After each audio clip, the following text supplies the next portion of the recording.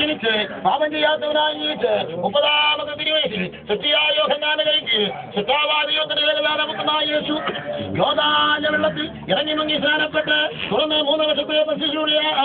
ആരംഭത്തിൽ അടയാളങ്ങളുടെ ആരംഭമായി കാനാവിലെ കല്യാണ വീട്ടിൽ പച്ചവെള്ളത്തെ മുന്തിരിച്ചാറാക്കി തീർത്ത് പാപികൾക്ക് പാപമോചനം നൽകി രോഗികൾക്ക് രോഗശാന്തി നൽകി ഭൂതങ്ങളെ പുറത്താക്കി മരിച്ചുപോയവരെ ഉയർത്തിച്ച് അടയാളങ്ങളാൽ അത്ഭുതങ്ങളാൽ വിവിധ വീര്യപ്രവർത്തികളാൽ ദൈവപുത്രനെന്ന് ശക്തിയോടെന്ന് വെളിപ്പെടുത്തിയ ശേഷം ഒടുവിൽ പൊന്തിയോസ് പീലാത്തോസ് എന്ന നാളിൽ ലോകത്തിന്റെ മധ്യസ്ഥാനമായ പലസ്തീൻ നാട്ടിൽ യെരുശലേം നഗരവാതിൽ വഴിയിൽ കാൽവരി കുന്നിൻ മുകളിൽ 2 കള്ളന്മാർ നടുവിൽ ആകാശത്തിന് ഭൂമിക്കും മധ്യത്തിൽ 41 കുരിശിന്മേൽ മൃഗീടധാരിയായി പുറമല്ല ചമ്മട്ടികളാൽ വികരപ്പെട്ടവനായി കൈകാലുകൾ ഇരുമ്പാണികളാൽ തുറക്കപ്പെട്ടവനായി ഇതാ മുഖത്തുരോഗങ്ങൾ പറിക്കപ്പെട്ടവനായി വസ്ത്രവിഹീനനായി രക്തധാരിയായി ക്രൂശിന്മേൽ തിരുവനന്തപുരം പ്രകാരം മരിച്ച് അരിമത്യ യോസേഫിന്റെ കല്ലറയിൽ അടക്കപ്പെട്ട് തിരുവനന്തപുരം പ്രകാരം 3-ാം നാൾ ഉയർത്തെഴുന്നേറ്റ് ശിഷ്യന്മാർക്ക് 40 നാളോളം വിവിധ സ്ഥലങ്ങളിൽ വെച്ച് പ്രത്യക്ഷപ്പെട്ട് 40-ാം ദിവസം ശിഷ്യന്മാർ ഒലിമലയിൽ നോക്കി നിൽക്കവേ അവരുടെ മധ്യേ നിന്ന് സ്വർഗത്തിലേക്ക് ആരോഹണം ചെയ്ത് കിടന്നുപോയി. പിതാവിന് വലത്തുഭാഗത്തിൽ നിന്ന്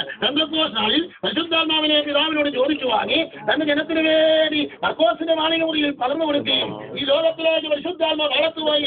അളത്തുപരമായി ഇറങ്ങി വരികയും ഇപ്പോൾ തന്നെ ജനത്തിനു വേണ്ടി മധ്യ നടത്തുകൊണ്ട് ഉന്നതത്തിൽ ജീവിക്കുകയും തന്റെ ജനത്തിനു വേണ്ടി ഉന്നതമായ വാസസ്ഥലം ഒരുക്കിക്കൊണ്ട് പിതാവിന് വലത്തുഭാഗത്തിരിക്കുകയും ഇനി താമസമിന തന്നിൽ വിശ്വസിച്ച തന്റെ ഭക്തഗണങ്ങളെ കേൾക്കുവാൻ മധ്യാകാശത്ത് വെളിപ്പെടുവാൻ പോകുന്ന കർത്താവായ യേശുക്രിസ്തു ദൈവപുത്രനെന്നും നിന്റെ രക്ഷകനെന്നും കർത്താവെന്നും മഹാദൈവമെന്നും വീണ്ടെടുപ്പുകാരെന്നും നീ വിശ്വസിക്കുന്നുവോ?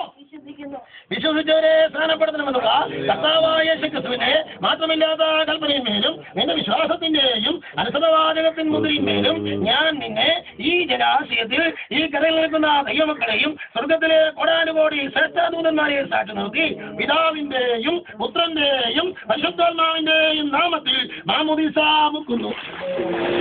മരണപര്യന്തം വിശ്വസ്തയായിരിക്ക, എന്നാൽ നീയും ജീവകിരീടം പ്രാപിക്കും.